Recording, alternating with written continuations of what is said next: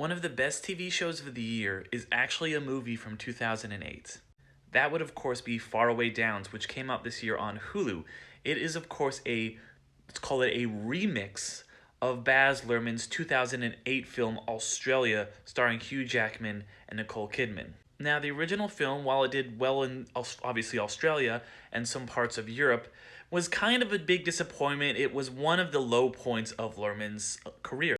Luhrmann's last film was Elvis, which of course shut down production back in 2020 before even most of the other films production started to shoot down, because as we all know, Tom Hanks was one of the first people, at least big cases, to be diagnosed with COVID-19.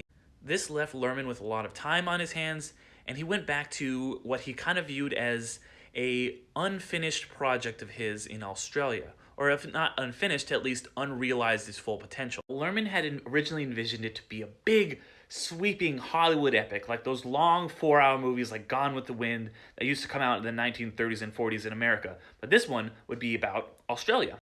Ultimately, Australia was pared down to about 2.5 hours, but this left Baz with a lot of film on the cutting room floor. During lockdown, and then once again after Elvis had wrapped up production, Luhrmann went back, got a lot of that old footage, did a lot of ADR with the actors, and kind of recontextualized things. He got indigenous artists to re-record a lot of the music and reformed it into something new, Faraway Down. And for me personally, I was very excited about this. I had never seen Australia, although it had been on my list for a very long time. I'm kind of hit or miss with Baz Luhrmann. I like some of his films a lot. I dislike some of his films quite a bit too. So I was curious what I'd think about this.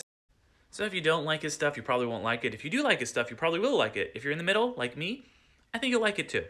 I think by breaking it up into a miniseries, or as the title card puts it, a film in 6 parts, works very well for it.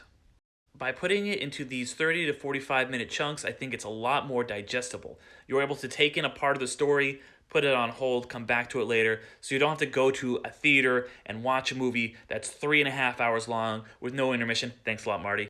So yeah, in a lot of ways, this does feel like one of those classic Hollywood epics with these big sets and open plains and just great actors in it.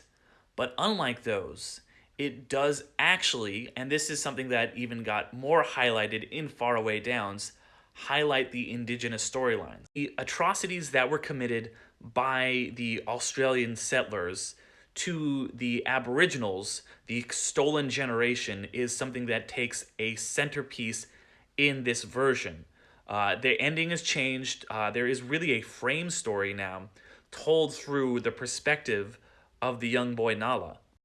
It's clear that Luhrmann viewed this stolen generation, where half Aboriginal children were basically stolen by the church and the government, as a real black mark on the history of his country, and it's something he wanted to highlight. And that's why I like it a lot more than something like Gone with the Wind, which kind of does not have a very good track record, I think, with its treatment of African Americans. This, however, with its treatment of Aboriginals, feels a lot more nuanced, a lot more interesting, and a lot more. So I would really recommend checking out Faraway Downs. I'd say check it out instead of Australia. I think this is a very, very strong piece of filmmaking, a kind of fully realized version, much more than a director's cut. This is kind of a alternate, it's even more than like a Snyder cut kind of thing.